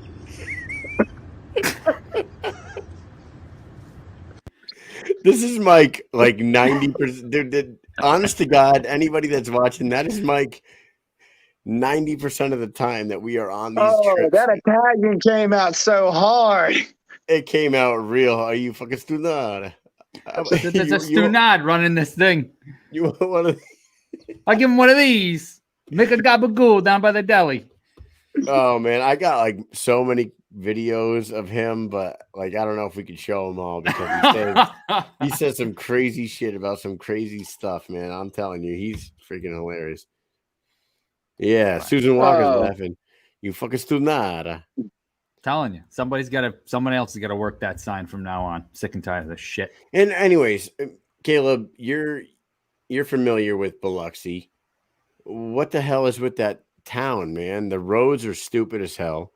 They got a Biloxi sign every quarter mile, but they don't have a road sign anywhere. Quarter mile every 10 feet. Every 10 feet. Every 10 feet there's a sign that says Biloxi. I live 3 hours from there. All right. I live up towards Jackson, towards the capital. I go to Biloxi to fight, and that's about it. Well, you should have seen Mike flipping about the damn roads down there. And then I believe it. Somebody was defending the area. They're like, oh, no, it's never been the same since Katrina. And then we're like, oh, yeah, you know what? Hurricane Katrina was a motherfucker. You're right. Yeah, it was. But, like, wasn't that a while ago? How come you guys haven't straightened the streets out? But then Mike was the one driving the whole time, and he's like, these fucking roads everywhere. Oh, I feel him. I feel him. Because I have terrible road rage. Like, my fiance has to, like, reach over and grab me, like, they can't hear you. I'm like, it makes me feel better. Dude, it was hilarious. And like, even the GPS didn't know where the hell we were going. No. That's the best part about it. Like, we're trying to have the GPS tell us where to go. The GPS kept getting confused because we'd get to the end of a road and then it would be wrong. And then, welcome to Mississippi, boys. Italian kid from Warwick, Rhode Island is just losing. Cranston, Rhode Island is losing his goddamn mind. It was hilarious, man. Anyways, man, it's been really fun talking to you. We want to give you an opportunity to shout out whoever you want, call out whoever you want, say whatever you want, and we got your sponsors at the bottom. So go ahead, brother. I want to thank all my sponsors and my team, Primal MMA, Black Sails MMA, all my sponsors, Combat 8, for giving me the supplements I needed, Mary Jane's House of Glass, as always, for always being there to support. Shelly's Electric and Lyle Machinery, thank you guys so much for always supporting this local kid that just wanted to try to make something from a small town. And to anybody that might have seen this podcast, there was a lot of laughs and jokes, but again, if you or somebody is dealing with some hard times, or that you just feel like somebody that needs to talk, I encourage you more than ever now to reach out, because in the life and the times that we're living in, you got to be able to talk to somebody to get through shit during the day. It's the truth. It's fucking the truth, man. Like Caleb said, you never know who's dealing with some shit. You really never know who's dealing with some shit. And don't be afraid if you're on the other end. If you're not the person that's dealing with the shit, and if you see like a trigger, don't be afraid to approach that person and say, "Hey, what's going on?" For real. Like, Exactly. yo, you seem like something's off. What's going on? Because I did that with a soldier in my unit, and like he was going through some shit, and it took a set of balls. It takes a set of balls to approach somebody that's going through some shit, because you don't want to be that guy that fucking, you don't want to be that guy that goes up and be like, "Hey, are you thinking about killing yourself?" Because then you think you're going to be that asshole, but in reality, you might be saving a life. Exactly. I would say a day of being the asshole would beat a lifetime full of sorrow. You know what I'm saying? Exactly. You be an 100%. asshole for I a will be day. that asshole Whatever. in a minute. Yep. Like, Be that asshole, I'll be man, the first for sure. one. Hey, bro, a buddy of mine comes in. I'm used to him talking, and he's not being very tall. I'm like, hey, man, what's going on? Something's off. Man, I just got some stuff in mind. All right, well, look, hey, bro, I'm letting you know I'm here. Let's talk about it. You know, You need I've had to do it to plenty. I've had to do it to plenty of friends. Like, look, you know, I can fight. I will beat it out of you. Like, tell me what's going on. And you know, and I mean that's all you can do, because a lot of times guys just don't want to burden somebody else with their problems. They don't think it's that important. And in reality, it's the most important thing. It truly is, man. It truly is. We've all been affected by it, and it's an important thing, especially like and you in the civilian world recognize it. Us in the military world, and shout out to Lorenzo Hunt, because Lorenzo Hunt does that the fundraiser with the National Association to End Veteran Suicide. 22 veteran suicides a day. You know, show us your 22. We you could do those cute little fucking like yeah, see that right there? And you could do those, 22 push-ups a day for 22 days to raise awareness. But honest to God, man, people might just see you doing those push-ups on Facebook and be like, "Oh, there's that guy doing push-ups again." We're doing it for a fucking reason, man. Because 22 veterans a day had gone to war, and they're going through like PTSD and shit, and like the Ouellets and the fucking Figueroas of the world that everybody thought were the best fucking dudes ever, who were the nicest guys, happiest guys ever. They're gonna go take their fucking life. So it's real shit, man. It is, and we really appreciate the fact that you do that. It's fucking awesome, man. Well, I appreciate it, guys. All right, my man. So hey, you sustained no injuries. You're 100% good to go, correct? Yeah, just a few bruises. That's all I got. All right, so we hope to see you back in there very soon. Hopefully, it's maybe it's a you and a burrito scrap or something along those lines. We appreciate you coming on the show tonight, the Mike and Mish show, and you're welcome back anytime, my man. I appreciate it, guys. Y'all have a good night. All right, thank you. You too. have a good night. Yeah, so I fucking love that guy. I really do. I think I think that he has a gigantic heart, and he fucking shows it in the ring, but he shows it outside the ring too. And I really appreciate that about him. Yes, sir. I do believe that is true. Yeah, it touches that touches me like real fucking close, because my brother, like, he tried twice. You know what I mean? Like attempts. And a lot of people will say like an attempted suicide is just a cry for help. You know what? He was found both times. You know what I mean? He was found both times. So if he wasn't found, he'd be fucking dead. And that's serious. And it fucking really touches me in a spot that, a lot of people wouldn't understand. And the fact that Caleb Harris really like makes it a point to fucking put that word out there. Suicide sucks. It sucks fucking dick, dude. It's a fucking. It's getting really bad lately too. It's It's getting getting worse bad. than ever right now. It's Kids are popping. doing it. Kids, Kids are doing dude, it. Kids that don't even know what the hell's going on are saying, I Right. can't take this shit. Kids that aren't even developed into the adult stage of their lives to even think for them fucking selves are killing themselves. Can you fucking imagine that? No, I And can't. I do believe, and honestly, I don't want to get on like a soapbox here. Yeah. I do believe that the amount that it's talked about plants a seed into the fucking heads of these kids that don't need that seed planted.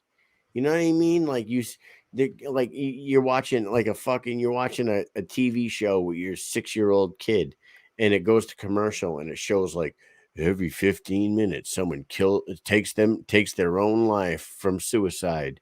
And then my 6-year-old's like, what's suicide? My motherfucker, Yeah. I didn't even know what suicide was till I was a goddamn adult. You know what I mean? I don't know. Everything's out there nowadays, so it's just all you got to be out there. hyper vigilant about what your kids are doing and what they see, or else they're just in. I mean, my kids know memes that I didn't even know. You know, well, my daughter, my 4-year-old, Susan says bullied kids as young as 13 have killed themselves. I think younger than 13 have killed themselves. People and that's why like and my mother-in-law gave me shit because one of my kids was getting bullied at school, and I said, your kid spit on his shirt. Yeah. And I said, go to fucking school tomorrow. I said, go to school tomorrow. When you see him, hit him as hard as you can in the face. Hit him in the face. When he falls on the floor, jump on him and keep hitting him, because this kid had been bullying him all school year long. And my mother-in-law is like, you can't say that. I'm like, yes, I fucking can, because the kid's a goddamn bully. He's going to be a bully his whole goddamn life until somebody like him fucking sticks up for himself. So fucking go to school tomorrow and fuck that kid up. It could stop that kid from being a bully, and then give your kid will have a new friend. They'll become friends after that. And they did become and that's friends. what happens. And I said to him, you will not be in trouble with me. You might get in trouble at school, but you get a couple of free days. Yeah, you will not be in trouble at home.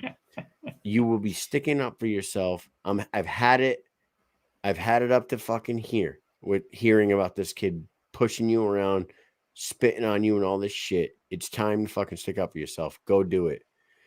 Kids like that, I wonder what kind of households they come from.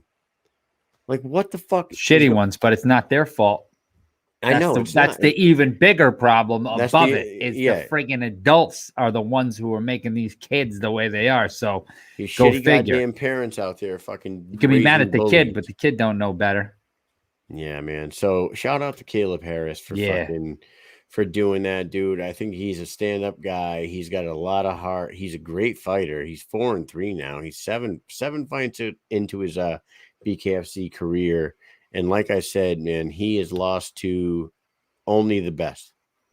You know what I mean? He's lost to Brito and fucking Ehlers and Harris Stevenson. That's it. Those are his 3 losses. Right. And now that he's, progressing in his career, to see him rematch or get run back some of the losses, they could very well go the other way, and I would love to see them. So I hope he does. Let's see what happens. Shout out to Benjamin for fucking coming on here and sharing his experience. That kid, man, it really made me feel good when he was super excited to meet us. And we've never had that before. You know what I mean? He was like, oh my God, do I get to meet you guys? Yeah, of course you do, man. We'll meet you, and then we'll get you to meet some other people. And right. He got to meet some people. Cool ass kid from Chattanooga, Tennessee, or wherever the fuck he's from, with his Willy Wonka costume. It was a really cool experience for he thought he had a cool experience, and we got a cool experience. So what did he say the name of his podcast is going to be? Bare Knuckle Boys. Bare Knuckle Boys. So hey, starting this Sunday, they're filming Saturday. Sunday, they're going to release their first ever episode on Facebook and YouTube. The Bare Knuckle Boys. Look for those kids in their top hats. I love it, man. I love it. I love that these guys are inspired to do some shit like that and get in their car and drive 8, 9, 10 hours to an event. I fucking love it, man. So what's up, Alpha Evolution? there he is. That's our guy No. right there. No, Oh, I thought that was fucking Benjamin right there. no, it's not. Who's Alpha Evolution? What's up? I'm fellas? not sure, but it's Alpha Evolution. I'm pretty sure that's him. I said it's not him. Promise you, 100%. It's not. Unless he has two YouTube names, it's not him. All right. Well, hey, so as of the moment, we're working on a few things for next week. We will not have a show next Wednesday. Nope. But No Wednesday show. Thursday, we promise you we're going to stack that shit to the fucking roof. We're going to stack it to the roof. We're going to get 3-4 fighters, maybe even more. So we promise that. And Brad Kelly.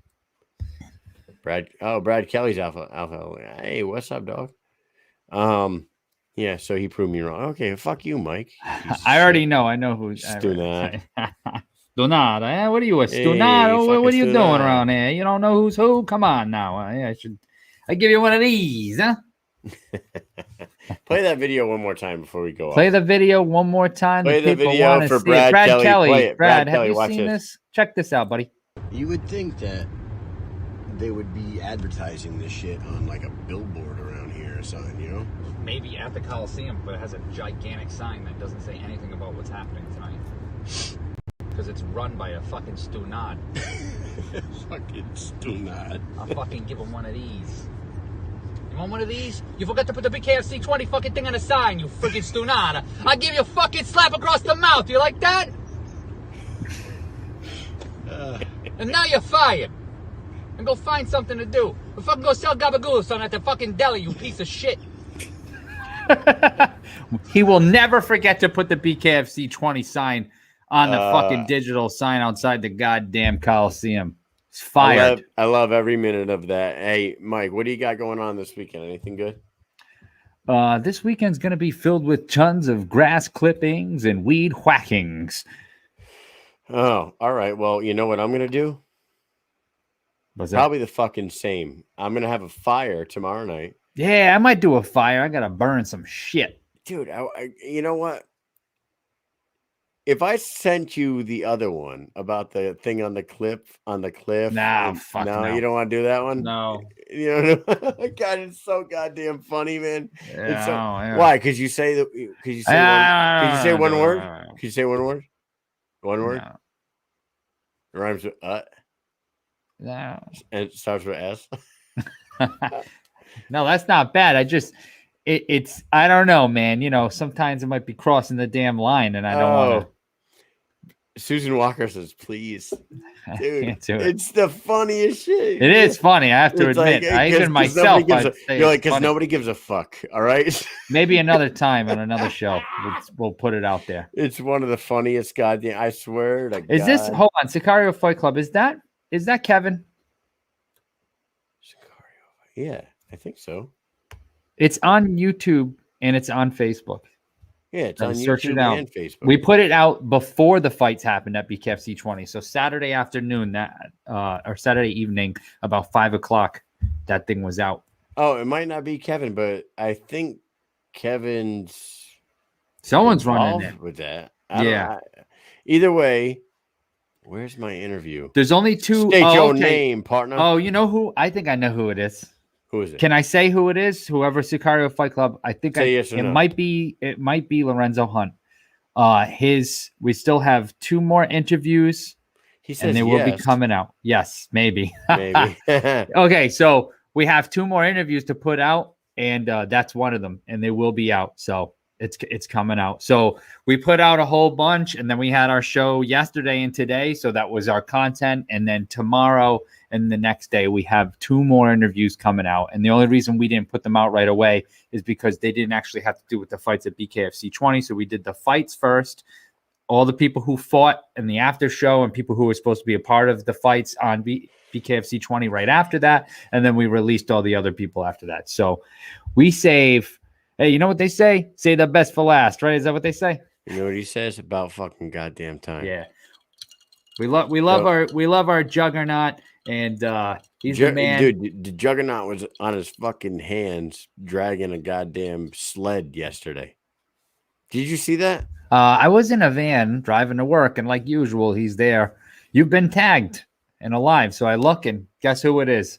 Already working out in the morning. I haven't even gotten out of the van. He to did get a into work yet. goddamn headstand with a sled wrapped around his waist, and then like did about 8-10 steps with his fucking hands, dragging that goddamn sled.